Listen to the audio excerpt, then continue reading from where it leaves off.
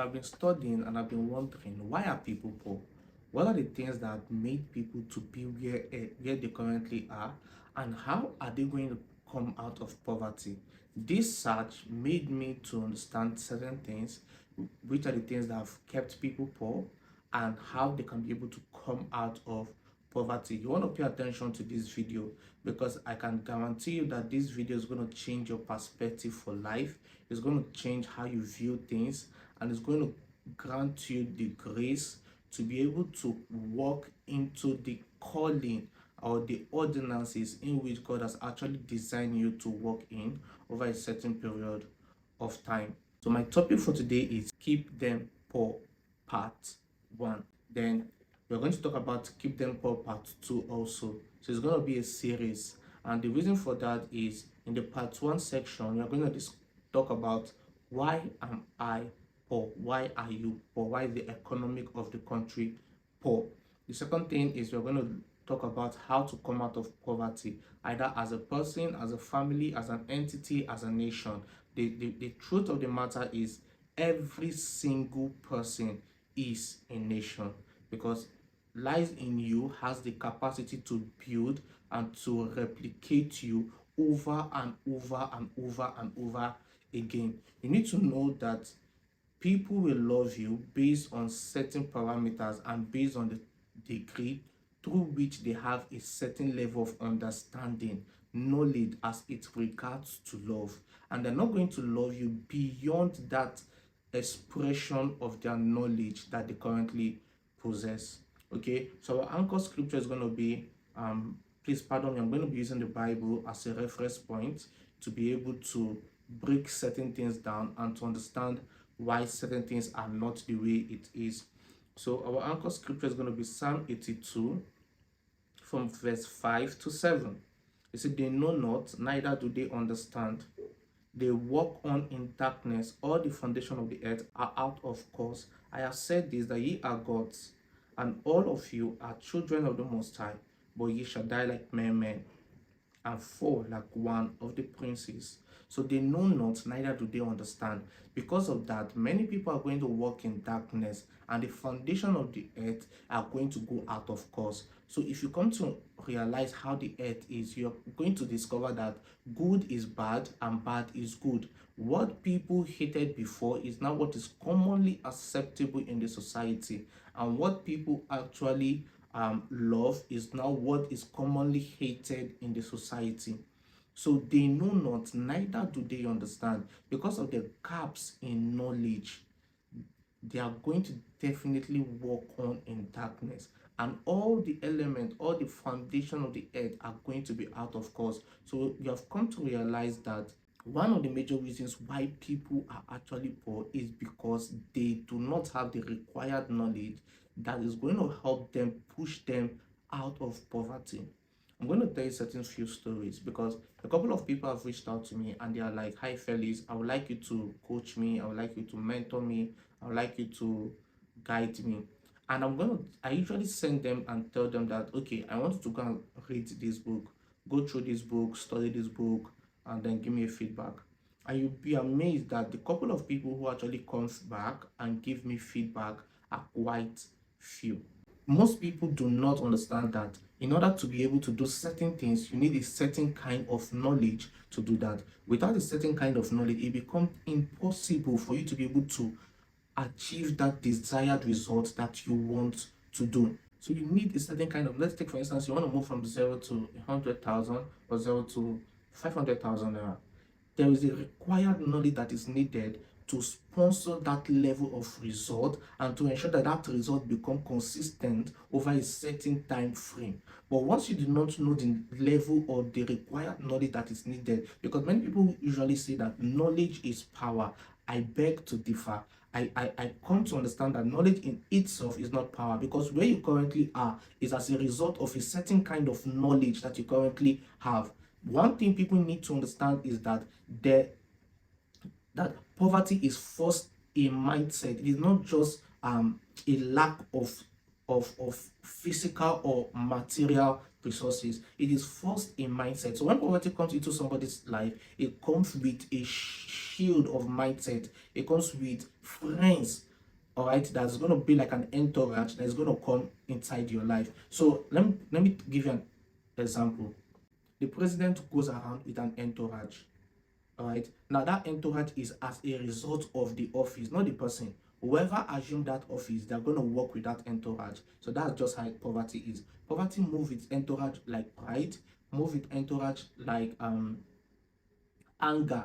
It moves with, so it moves with certain kind of forces that is going to ensure that you remain in that position and that state of mind for a very long time. So when you're treating poverty, you treat it as not just the only primary effect, but as part of the secondary effect. Another thing is lack of knowledge. So that's the reason why many people who are poor, they do not want to go for knowledge. In fact, the pride in them is not going to want to sit down and tell yourself that I do not know this.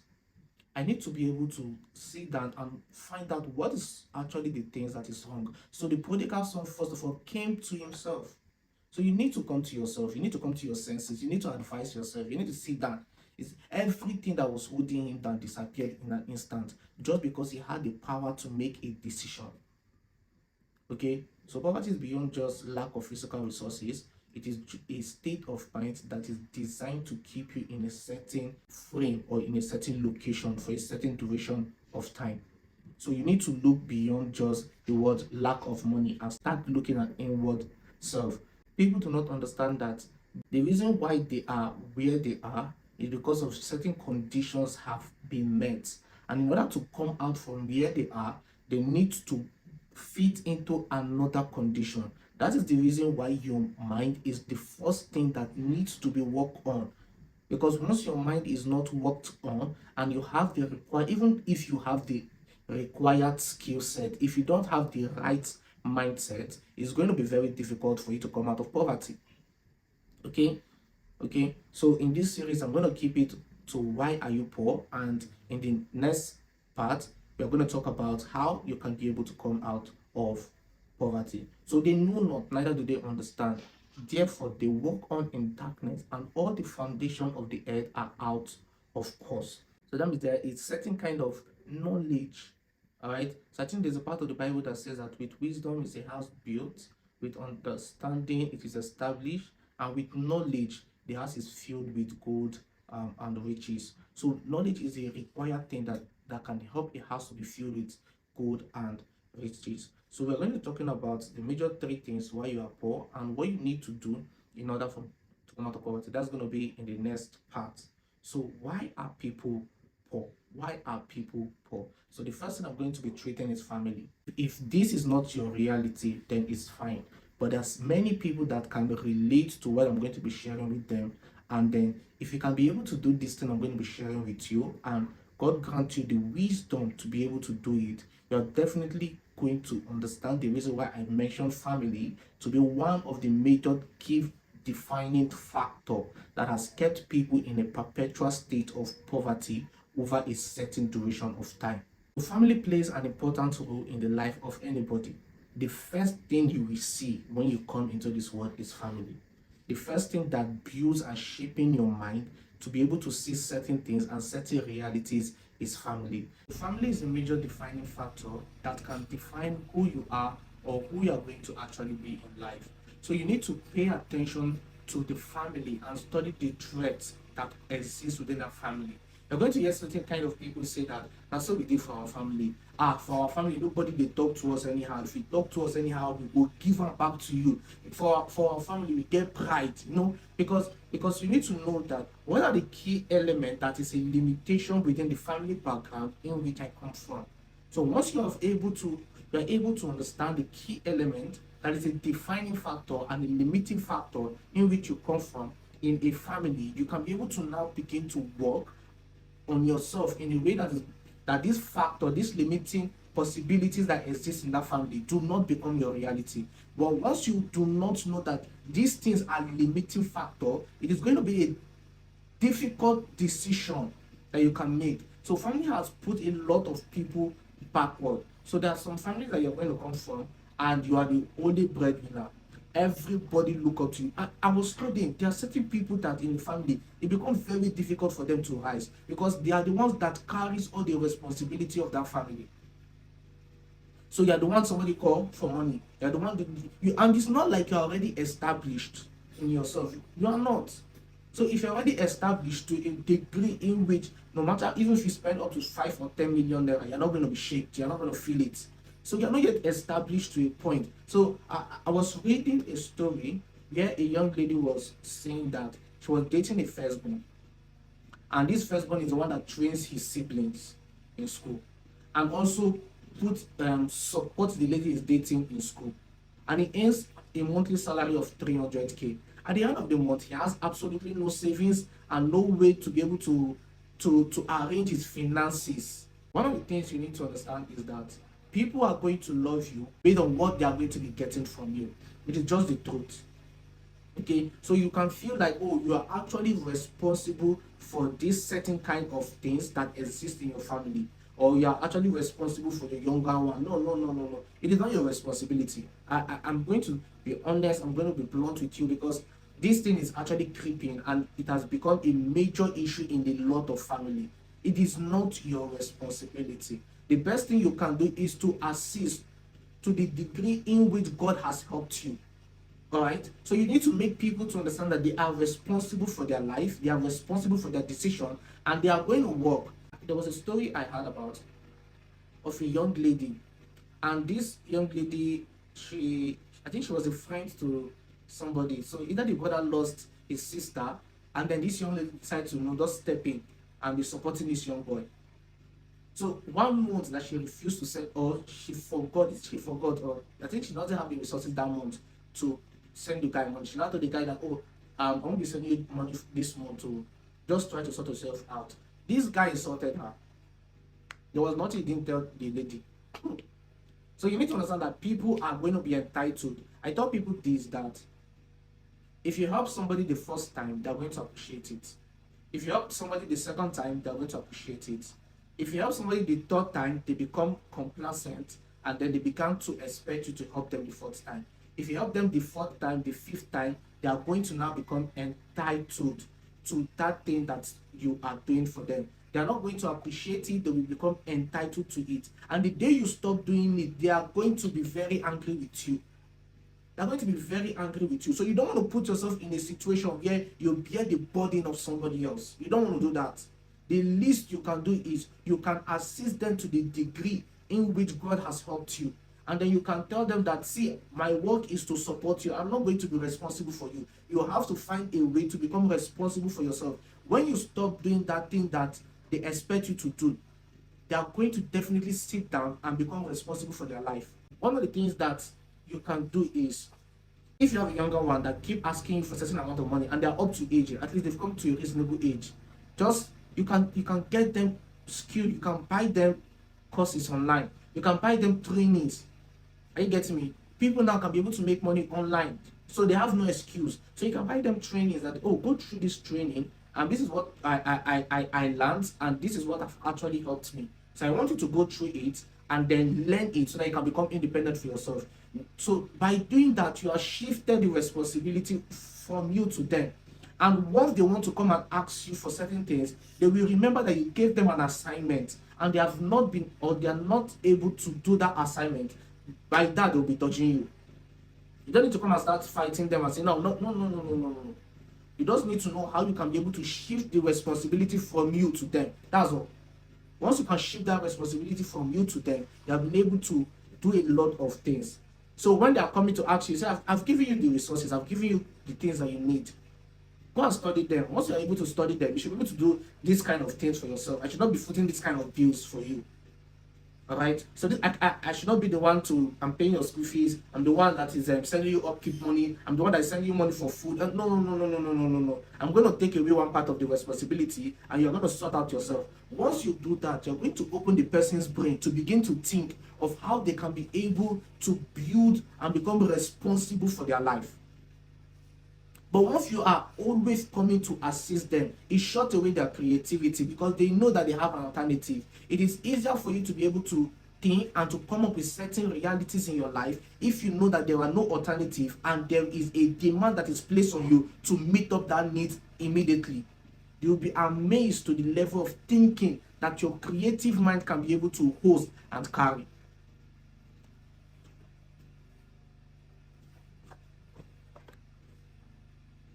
So family.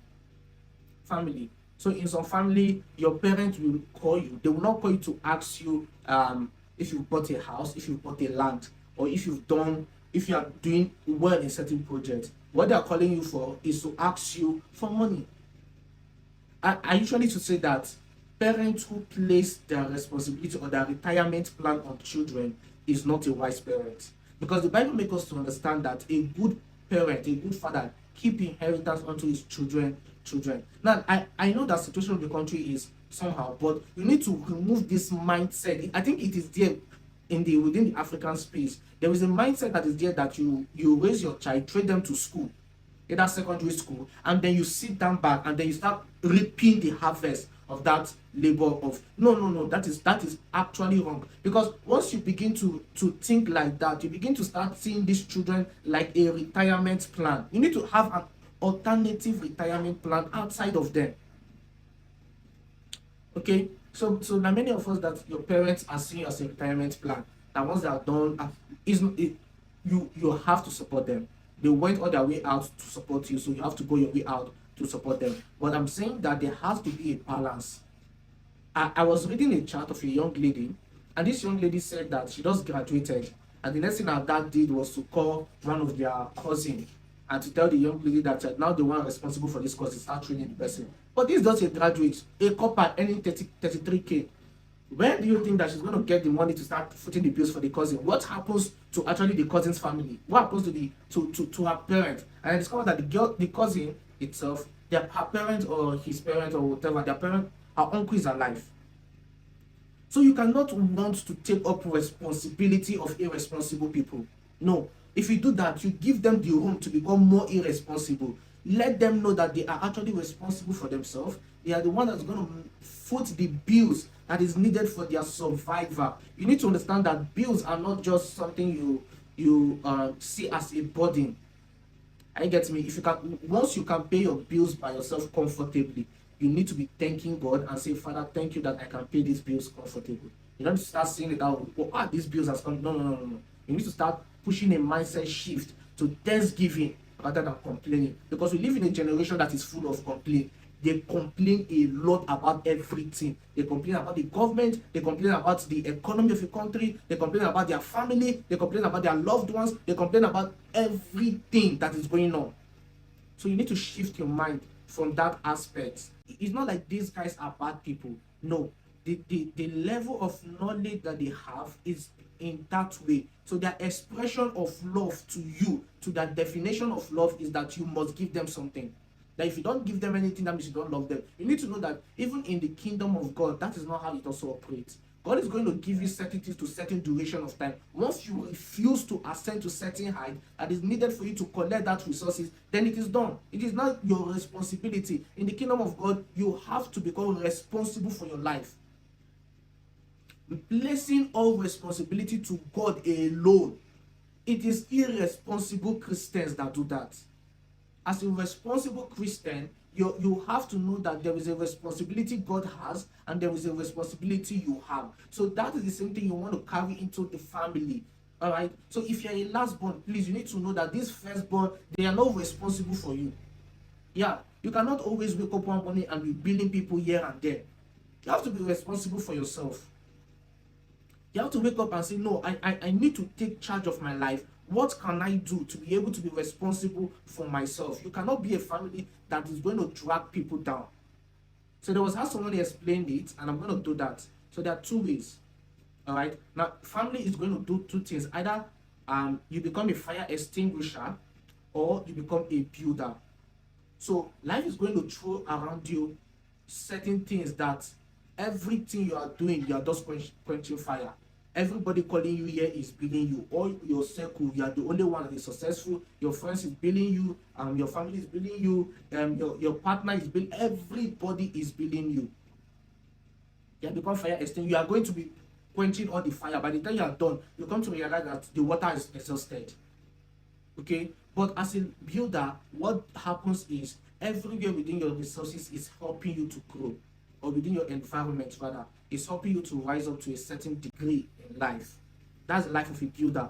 it helps you to build, to become strong, to rise to certain levels in life. But the life of a fire extinguisher is to ensure that as money enters your account now, somebody is calling you in the village or from your family and tell you that, hello, this one just happened. I felt and I hit my head on the stone, blah blah blah blah blah. Okay, this one this one that, this one. No. It's not right. That mindset has to stop. There is a young man like that in my former vicinity. You give birth to 7 children and then you place the remaining 6 on the responsible of the firstborn. It is bad. That is diabolic. It is it is not right. It is not the kingdom of God. That is not how God designed the family to be. If you are going to give birth to 7 children, you need to sustain within you the capacity to be able to provide for them. If not, what is the need of giving birth year and year when there is no actually resources? That in fact there is no plan. That's the challenge I have. They have no plan. Okay, you want to give birth to 5 or 7 children. So what are the plans that you have laid down? It is easier for God to assist you when God knows that you have a plan to be able to cater for these 7 children and things did not go your way, and then you begin to work hard to be able to create another plan. But in a scenario where where the parent, like, it is bad, especially in African side, it is very bad. You give birth and they place all the responsibility of the young one. So let me back to my story. There was this young man, my former vicinity. He has about 5 siblings. He's the guy was good looking. He's the one that caters for all of them. In my mind, I say, no, this is wrong. The guy is is in his late 30s. He's not married, does not have a house, does not have anything attached to his name, and he is still struggling. Many of us plan to become parents. Please, one thing you want to do is, please do not put this responsibility on them. At the age of 15, you're already catering for your younger ones. At the age of 20, you're the one catering for them. It's not like catering in the sense of caring for. You're the one bearing the financial burden of their life. It is not good. By the time you are done with that, you come to realize that you will not be able to stand. And you hear certain firstborn say that he worked hard, trained his siblings in school, and all of them does grow up after all the hard work he has put in, and then everybody begin to forget him. He does travel and start misbehaving. Everybody does. There was a man's story that actually touched me. He sold off everything that they had to send his younger brother to the USA. Guy went there. I don't know what happened, but that was how he's still alive. Like anything happened to him, he's still alive. But that was how he forgot his other brother when life became more better for him. Because I can tell you that humans are unpredictable. They are going to leave you in a heartbeat. They are going to leave you in a heartbeat. So anything you are doing, you want to also ensure that you are securing your own future. And then as secure, so that in case anything happens, like you are helping them, so that you don't go back, or you are thinking that, okay, I'm going to help you so that tomorrow night you come out. No. You shouldn't be thinking it that way. I was seeing a movie, and these 2 brothers, their parents were killed at a young age, and the boy had to take his younger brother and escape in the middle of the night to another place. And the other brother worked hard. He had to become street, like he had to go into the streets. He had to hustle. All right. So going into the street, that means he was doing certain things that were not good. Pickpocket, stealing, their crimes. He was committing certain crimes that are not good. So he did that so that he can be able to put food in his younger brother's belly. He will not be able to. The younger brother did not pass through the same thing that he went through. The younger brother grew up, went to school and everything, and then the thing he went to do is he now became a policeman. And then he began to chase his elder brother. And he told his elder brother at gunpoint that his elder brother should leave the city. That the crime he's committing is becoming too much. But it was that same crime that his brother. See, I'm not endorsing it. I'm not trying to break down something for you. But it was that same crime that the elder brother was using to pay his school fees, putting food on his table. So you must understand this, that if you are a firstborn or you are the secondborn that bears the burden please secure your future. It is very important. Your siblings are going to be fine. I'm not here to come and cause problem for the family or come and cause discomfort. That's why I'm breaking down the wisdom that you can use that is going to help you build a certain kind of life for yourself. Your siblings are going to be fine. Whether you assist them or not, they will be fine. So the best thing you want to do for yourself is secure your future. Ensure that your future is secured while you can also assist them. Don't take up all the responsibility on yourself. Don't take it up. Don't take it up. Your goal is just to assist them.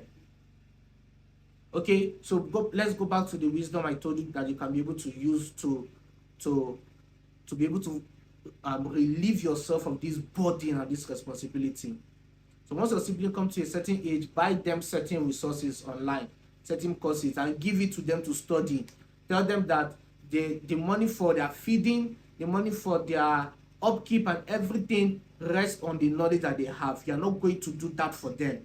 If they refuse to learn, if they refuse to become responsible for their life and refuse to foot in the bills that they need, then that's up to them. You have tried your best. Are you getting me? So tell them that, oh, this is what I'm going to do for you. Study this thing, go into the online space, and then find a way to survive.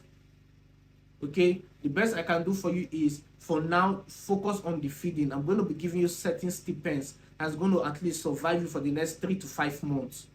So after 5 months, you should be able to foot the bills, at least. Even though you cannot foot all the bills, you should be able to at least sort out your basic needs. While we focus on this, your school fees, I can still be paying your school fees. At least it's once in a I think per session. Okay, it's once per session or one per semester. I can still be able to sort out your school fees. But as in regards to your feeding and other things, you should be able to do that by yourself. What I can do for you is to assist you. That's the thing. Give them a skill, let them learn. So once you do that, you are going to shift the responsibility from yourself to them. So you give them a time frame when and they will think that they are playing. That's the funny thing. The first month you don't send it. The second month you don't. The third month, they're going to take their life serious. They're going to take their life very, very serious, and they're going to be responsible for themselves. Every decision that they make. See, let me say this now, because some of you are going to start acting funny. Any decision you make, it is not as a result of your immediate environment. It is because of the level of exposure and the knowledge you have that is making you to make that certain decision. So you can say that because you are staying in certain kind of environment, that's the reason why you join certain kind of crime, or you do certain things to survive. Listen, there is a certain time. If you continue to do that for long, that means it's you that decide to do that. It is not because of your environment, or it has anything to do with your environment. I always tell people this, that in as much as your environment matters, you need to know that you are in the world, but you are not of the world. You are like a ship. Your goal is to be on the water, not to be under the water. Unless you are this Navy ship, war tank, that was designed to stay underwater, you have no business going underwater. So your goal is to remain at the top of the water and to float at the top of the water. So this can mean that in whatsoever environment you find yourself, you can exempt yourself from the realities that exist in that environment and build in yourself a certain reality that is needed for you to be able to produce a predictable result over a certain duration of time frame. So that is very, very, very important. Before you start saying that, oh, I am who I am because of my environment. No. In as much as your environment play a determining factor, you need to understand and find out the realities and what you need to do. I'm going to be bringing out a message called Designing Your Life.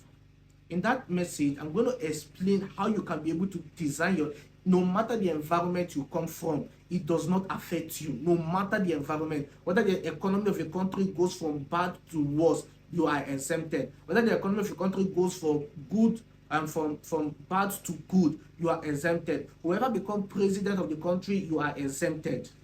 I'm going to talk about that designing your life, and I'm going to show you principles on how you can be able to take that up and design a kind of life that is going to produce a victorious and a predictable lifestyle for you. Okay? So family, a very key important factor. You need to understand that it's not like they are bad people, but you have to make that decision. See, some of you, the reason why you are doing certain things is because they are healing you. So when you go home, your younger brother will lie down on the floor and start, Ebo, no, they'll be praising you here. So your ego will just come up. And then you spend money because of ego. Then you spend the money because of your ego. So you need to be tough. Even God, our Father, love us to a point that He's tough. You so love the world, but because of that, it does not mean that if you die, you will not go to. If you die without Jesus, it does not mean that you will not go to. You will go to hell, according to the Christian faith. Are you getting me? So you must understand that there's what they call tough love. Tough love is a love. All right. The design for that tough love is to ensure that the person that you are loving becomes the full extent. All right, the full extent which he is meant to be in life.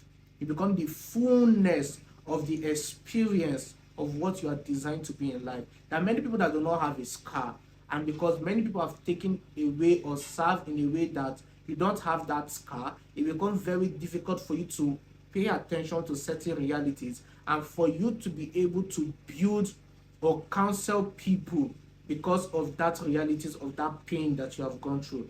Pain is very important. It helps you build compassion for people. It helps you to understand that, Kai, I was once like this and I understand what this person is going through. These are certain ways I was able to follow, and because I followed that way, this is where I am today.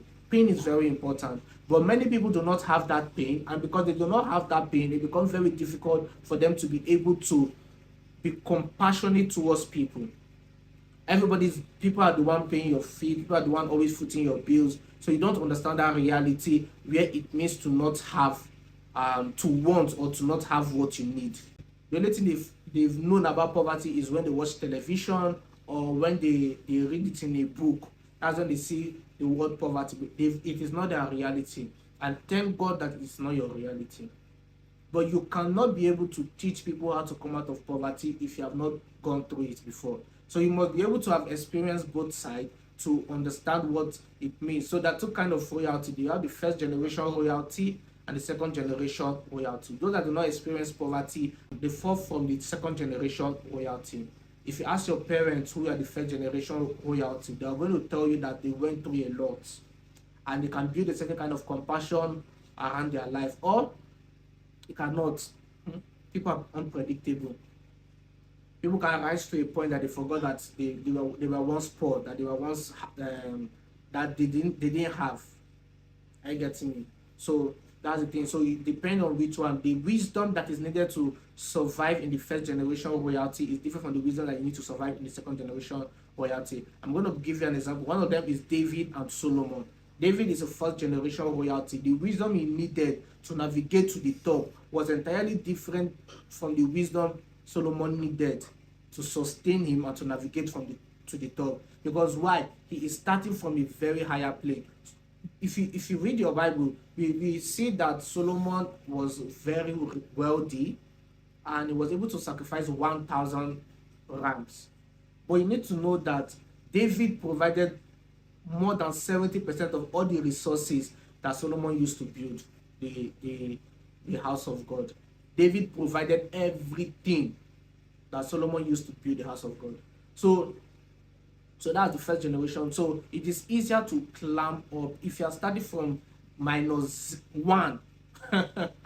The wisdom it takes you to go to 5 is not going to be the same struggle, because you've broken that. That's the reason why there are certain people that are pastor and their church blossom or prosper. The same thing with business people. The same thing there are certain business person that their business are everywhere. They are very wealthy. But like for instance, Dangote, he came from a family of wealthy people.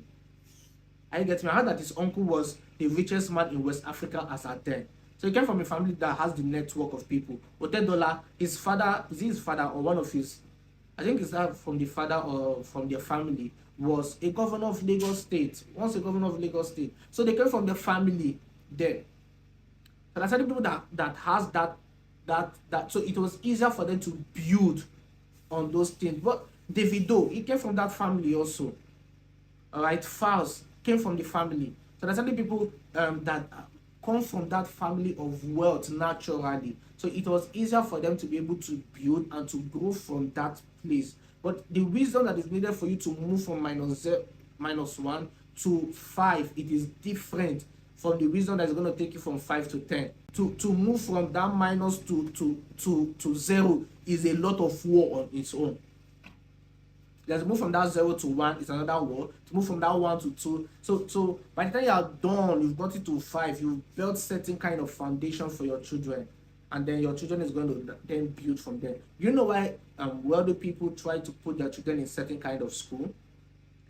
Major reason is to build connection. That's the major reason. Oh, this person was once my classmate, though. So it will become easier for them to connect based on childhood memories and other things, especially if you are good to them. It's not when you are bad to them to be easier for you to connect. So if you are good to them, it will be easier for you to be able to connect with this set of people. But if you are not good to them, it will become difficult. So they put themselves in certain kind of educational system that's going to help them to build certain kind of connection. Okay, so family is the major thing. God designed to build people, but because of certain programming and certain background and certain knowledge that these people have, they are going to find a way to pull you down. So they're going to put a rope around your neck and they'll be drawing you down. Everybody is calling you. So you don't want to be that person. And also, you don't want to be that go-to person. I hear that people usually say you'll be the go-to person and you'll be the one that everybody will run to. I don't like that thing. You will not have peace of mind. And they'll be planning to kill you. And once you die, they'll be dragging your property. So you want to ensure that you instill yourself, instill in them the mindset that you currently have that is going to help them to become successful.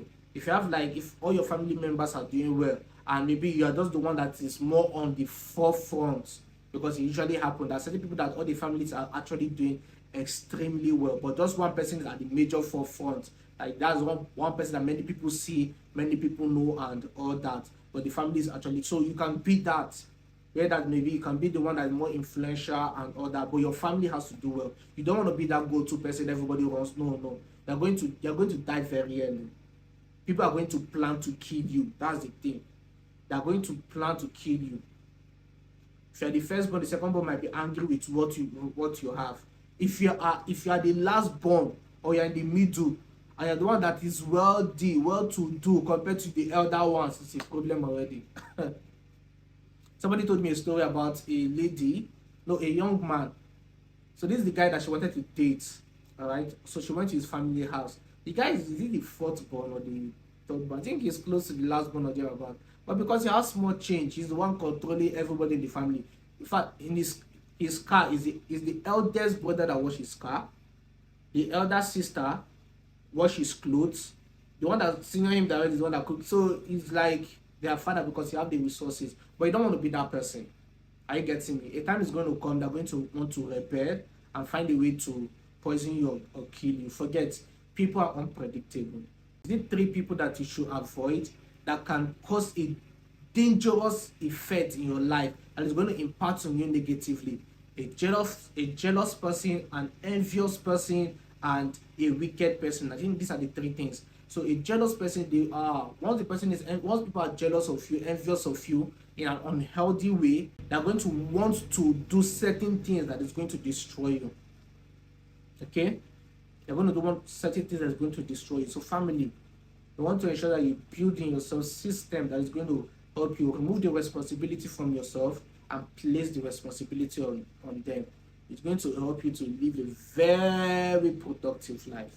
A very, very productive life. All right, so we've talked number 1. The second thing I'm going to talk about is the media space. Everything you see in the media is not the truth. It is what is the truth. So it looks like what is the truth, but it's not the truth actually. So the media space is designed to feed you with certain kind of information that you can be within a specific geographical economic state for life. Many people are going to go online and they spend most of their time on. If you're making money from the online space, it's a different thing. If you're making like 6 to 7 figures on the online space, it's actually fine. But in a way where you're not making money from the online space, then there's a challenge already. You're not making money from the online space. What you are is a content consumer. If you already have money offline space, it's fine. You can become a content consumer. But you don't have money. You are poor, you are broke, you don't have money. And all you do on the online space is to be watching skits and comedy. And there's an endless, you just keep scrolling. That's how your time is going. At the end of the day, you've come to realize that you woke up by 7, you are scrolled all the way down to 10 p.m. and then you go back to bed and you start your day the following day like that. You continue the following day like you're not going to make it. The media space it is people who have a certain kind of knowledge and have understand what they can do in that media space to tap from the wealth of the resources that is in that media space. So you need to understand that what is that thing that you can do, because you are the product they are selling to you. All right. So these guys in the media space, what they want to do is to ensure that you keep coming back. Personally, my notification on everything is turned off. All right, it is turned off. I don't want to get a notification from anybody. Once I come online, they just tell me that you've not turned on notification. They'll be sending me that turn it on. I will not turn it on. There's nothing I'm going to be doing there. Only use on Facebook, only use on Instagram, only use on WhatsApp, only use on Twitter, only use on Thread, only use on LinkedIn. You are on TikTok, but you are not creating content. You're not the one pushing out content. You're not the one people are paying to see. You're not the one people are paying to listen to. Then it's a challenge already. I can guarantee you that it's just a matter of time. You're going to remain poor for a very long time. Yeah, I can guarantee you that it's just a matter of time. So you want to move your mindset from content consumer only to content producer, and how you can be able to navigate this online space and create a certain kind of reality perception for you from the online space that is going to help you become productive and do well in life. If you're already doing well physically, you don't want to do any business in the online space, it's fine. It is easier to start a business in the online space with little to no money. The media space is designed to ensure that you keep scrolling and it takes your attention. 4 kinds of currency. Number 1 is money. Number 2 is attention. Number 3 is energy. Number 4 is relationship. You do not pay money to be on the platform, but for being on that platform, you are paying with your time, you are paying with your energy. And at the end of the day, you will pay with your money because you are going to buy something. People who have mastered how to use this online space are going to take your money. That's the honest truth. They will take your money and there's nothing you can do about it. One of the things you need to understand is that the wealthy people are sophisticated and has built a certain kind of knowledge and capacity enough that it becomes difficult for people to take money from them. Even the government find it difficult to take money from the wealthy people. Okay, the government can take money from the poor, from the middle class, but you see the extremely wealthy people, it is difficult for the government to take money from them. So these guys, they've built a certain level of sophistication within them that can protect their resources that they've made. But the poor people, they've not. There's what is called lifestyle creep. CREEP, lifestyle creep. It usually happens to the middle class and the poor people. So you see certain things online, you don't need it, but you buy it. The reason why you're buying it is to prove a point to other people. So certain amount of money enters your account, and the first thing you are thinking of is what I'm going to buy.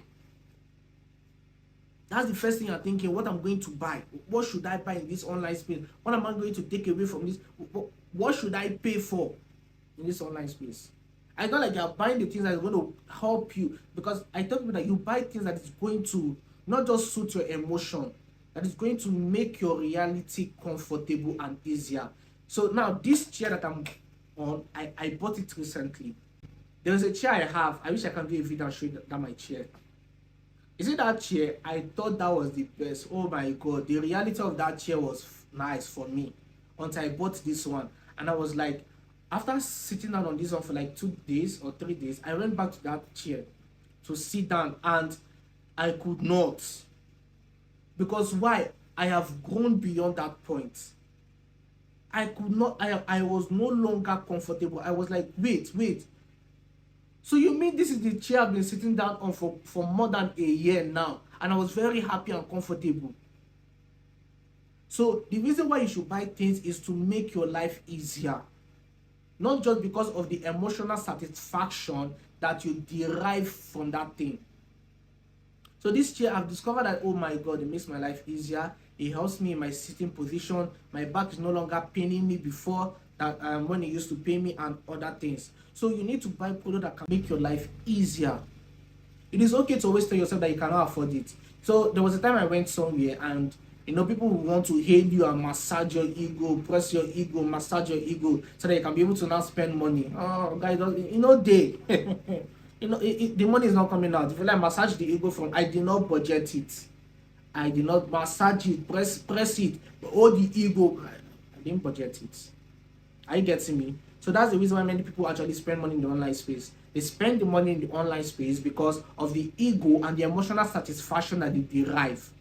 After you are done buying certain things, some of you understand this. After you are done buying certain things, you go back home and be like, oh, I don't need this thing in the first place. Why did I buy it? I don't need it. Because why? Your ego is involved, your emotion is involved.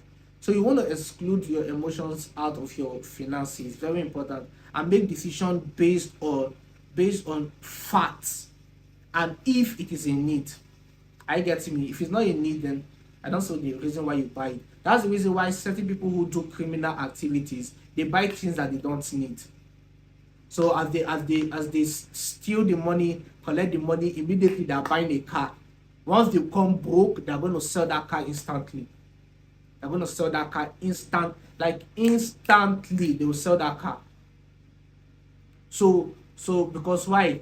There's a mindset already that's attached to it. We're going to talk about that when we are looking into how to come out of poverty, how to come out of poverty. So you must build a certain kind of stamina within you that can guide you and shield you from this online space, because these guys are there to take your money, to take your time. They are there to take your time, your energy, your resources, your money away from you. That's what they're there to do. They're always thinking of how to, and it's not their fault. When I'm going to be talking about how to come out of poverty, that's the part 2. I'm going to be sharing with you certain realities and how you can be able to build certain realities that's going to produce a predictable result over a certain time frame. Are you getting me? So the online space, you need to master media. You need to be sensitive about the media. Certain things that you see in the media is not there. You need to know how to read in between the lines. There are people that are wealthy, they understand this media so much. There are people that are controlling what goes to the media and what goes out of the media. There are certain people that are responsible and they are controlling it. So they are going to control the certain things you are going to see in the media. They are also going to control the certain things that you will not see in the media. So there are people that are there to control that thing. So you don't need to believe everything you see in the media space. Find the one that is the truth, pick it, and then leave the remaining. Okay? And then leave the remaining. Because fake news flies faster. That's what they call clickbait. Alright? So the goal is for you to click on it. That's the goal. So you see you see a media company putting a certain kind of headline, and you know that headline is not correct. By the time you settle down to read everything that is written there, or to read the article, you come to realize that, so why did you put this kind of headline? Why? So it is called clickbait. They just want you to use your hand and click on it. Because why? By clicking on it and going through it, they're going to be making money from it. I thought people do that. Poor people react. That's what they do. So you see something that's emotional and you pick your and start displaying your level of foolishness in the online space, and that's bad.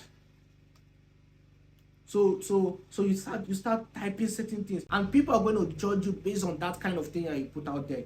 One of the things you need to do is you need to learn how to not react hold your emotion, put your emotion together, learn how to not react to things that you see in the online space. Even though this thing you see it, you know that guy, no, this is something I'm learning in 2024. Even though it push my emotion, I will not react to it. I'm not going to come and waste my time and start commenting. No, because why? Most people generate the money from the comment section. Once you comment, your followers will see that you commented on it. Are you getting me? And then they'll begin to comment, and then before you know, it will go viral. And that's how those people are going to be making their money. So my comment is actually expensive. I can't come and start wasting it because I want to pay you. And then so because what you see in the media space is not actually what it is. So you want to build a certain kind of system around your life that is going to shield you from this online space. And you don't react always. You don't react. You're not going to come online and be showing you how dumb or how foolish you are. Some of you are keypad warriors. And it's not like if you're using a dummy page is, or a dummy account is an account that does not have a name and an image. So you don't know who is behind the account. So it's a different thing.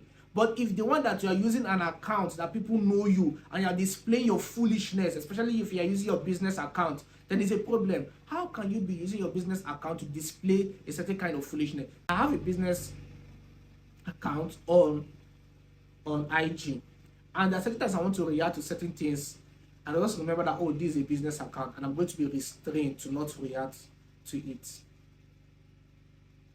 So I have to look for my personal account. If it's very important that I opt in my opinion, I will look for my personal account and opt in my opinion. But I've come to realize that my opinion does not matter. My opinion does not count. It does not count. What will my opinion actually do? So if I give an opinion, so what will it do now? What will my opinion do? So it does not matter. So there's no need. I keep my opinion to myself. I write it, and then if it's very, very important, I need to share it, I write it down.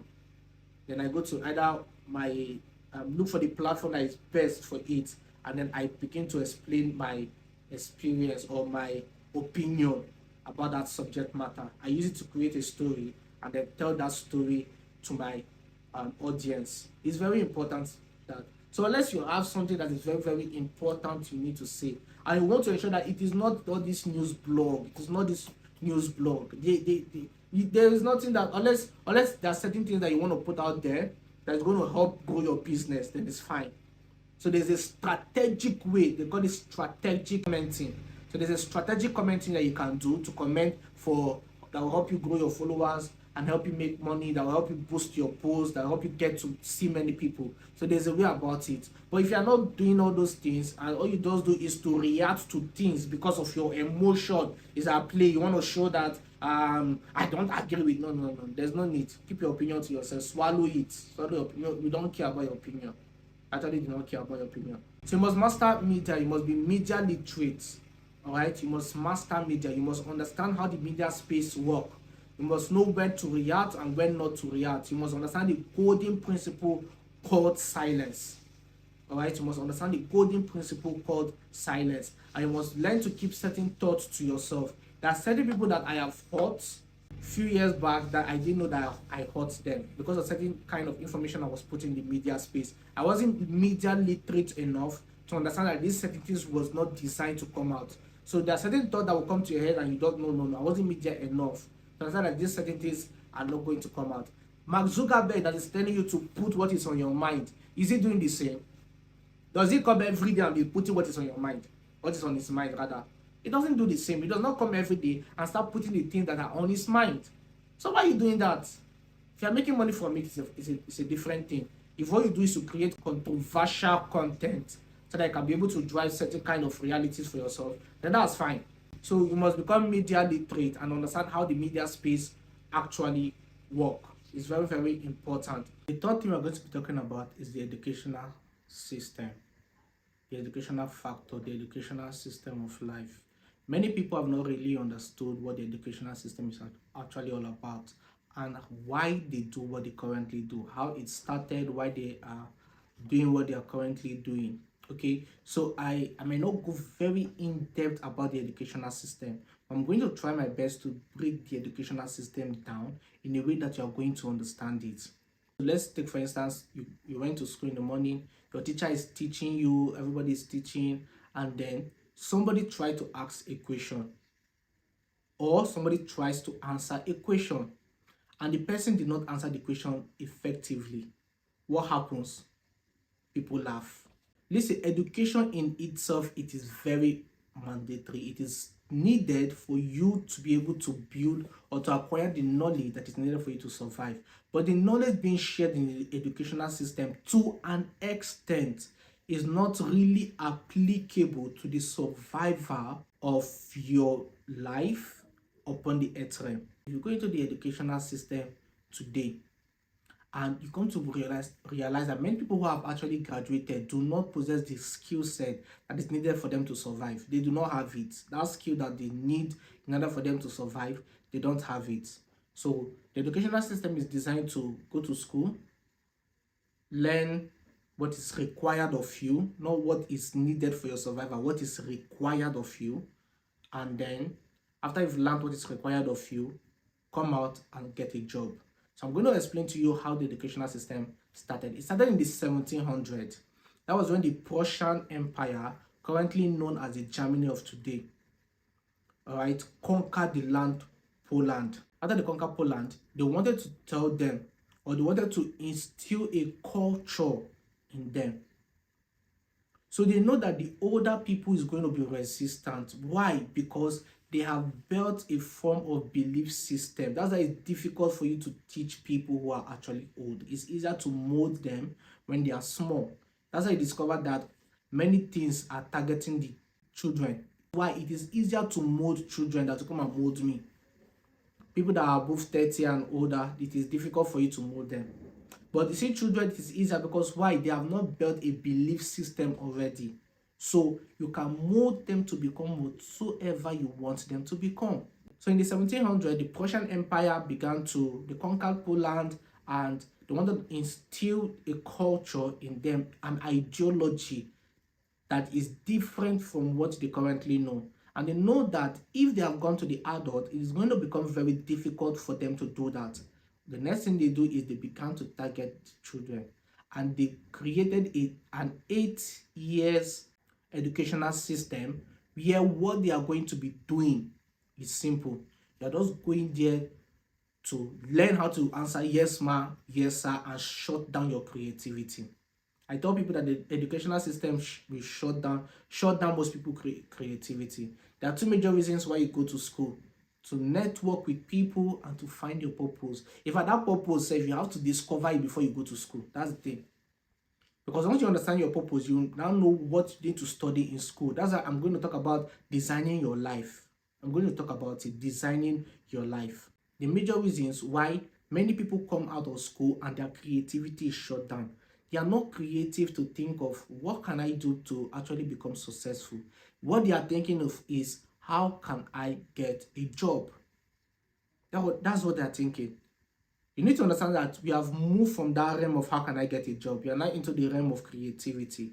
You have to show how creative you are and how your creativity can be able to impact in somebody's life positively and to be able to grow certain kind of business. If you are very creative, it is difficult for people to want to let go of you.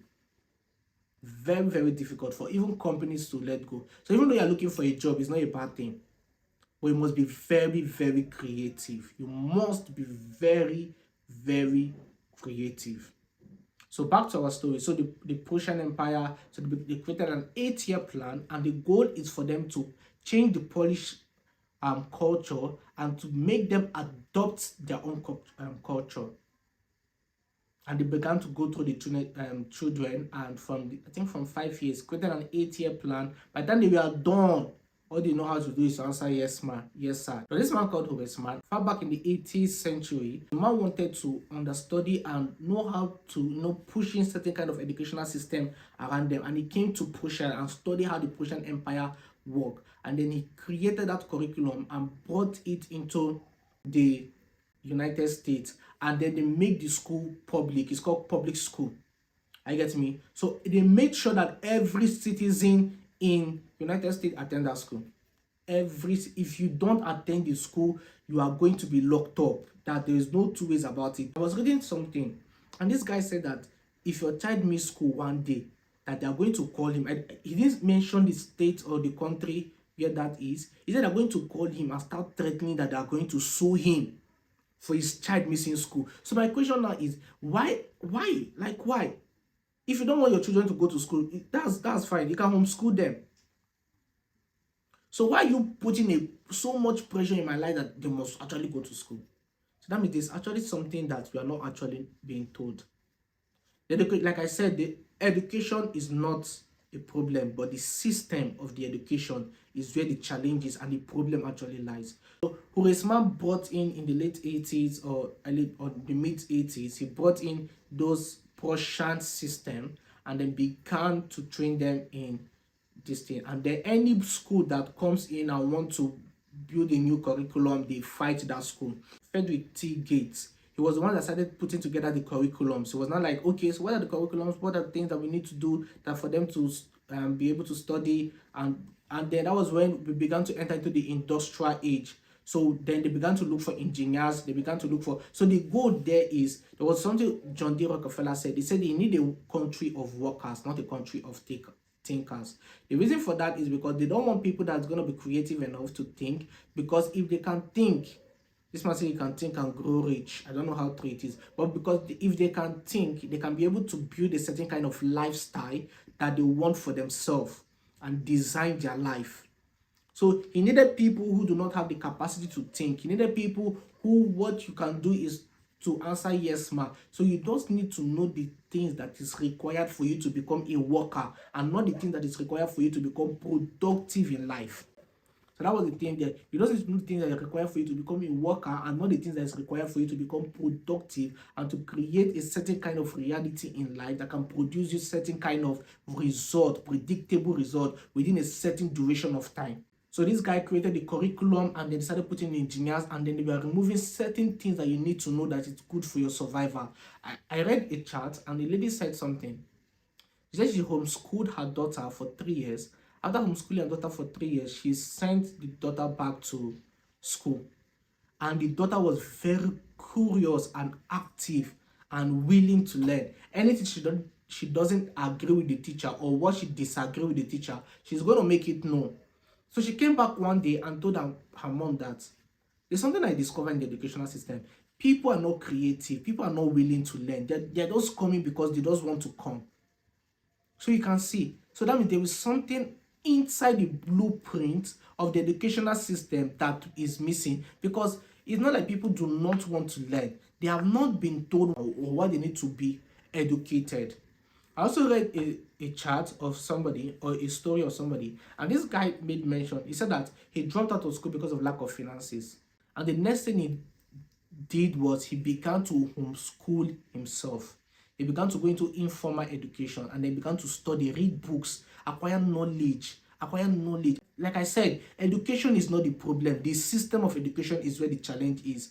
He began to acquire certain kind of knowledge in his life that is needed for his survival. His friend came out of school, graduated, and they were mocking him, laughing at him that he's not a graduate. But this guy owned a business that is currently generating 6 to 7 figures, I think annually or thereabout, or 7 to 8 figures annually. Yeah, 7 to 8 figures annually. People that were laughing at him, that because they were graduate and had a certificate, these guys merely have a 9 to 5, an underpaying 9 to 5 job. Others do not even have a job and they're still roaming around the streets. Not everybody is going to be an entrepreneur. Listen, not everybody. Many people are going to function as an intrapreneur. But you need to build and have a mindset of an entrepreneur to function as an intrapreneur. So an intrapreneur is somebody that has that works within a system. They do not build a system, but they are an entrepreneur, but they work inside a system. You come to realize that most of them are either COO, CFO. They have certain kind of top position. They take the company as their own and they work in delivering maximum result that is required for the company to grow and to scale and build a certain kind of turnover over a certain duration of time. So that's the thing. So that system is very, very important. That's what we are actually looking at. So John D. Rockefeller's, the wealthy men there came together, map out a curriculum, and tell people that this is what they want them to study. If your children are not going to public school, it becomes a problem. So they fund the public school, make it free of charge back then, and then many people are going to the public school. The same thing happened here in Nigeria when these guys came to take over the country. When the British came into Nigeria, take over the Nigeria and other things, trying to put other. So they created the school, funded the school, and the goal is one, to instill their culture in them. That's the first thing. You want to instill your ideology and your culture to the people. The first thing. Second thing that they want to do is to give them a certain kind of knowledge that is required for them to do what I tell them to do, not to do what they want to do. That's the two things. So that was what they did. There is a book I'm going to recommend for you. Why A Student Work for C Students. You must need to understand that there is a kind of education that you need to learn beyond the school setting, beyond the school system. Because the school system is meant to or designed to shut down your creativity, to instill a culture that is originally not yours, and to give you a certain kind of knowledge that is needed for you to be obedient, not for you to be creative enough. That's the reason why you go to school. People will laugh at you if you ask questions, if you make mistake, because they do not teach you teamwork. You are writing an exam and you're writing an exam alone. In the outside work is teamwork. It's not like you're doing it alone. You have to do it with people. You have to do it with people. So if you're writing an exam, they should be able to write the exam together. It's not like they're copying themselves for this. You create a team of people around them. As okay, 1, 2, 3, 4, 5. 5 of you come together to write the exam. That's how it should be done. Not one person, only you writing that exam. There's no teamwork. Are you getting me? Although there are certain things that they're introducing that's going to be like teamwork, but I believe that the exam system should be teamwork. You pass as a result of a team. Once you make people to understand that they pass as a result of a team, it builds in them a kind of system that make them to understand that it is actually teamwork. You need a team to survive. You need partnership.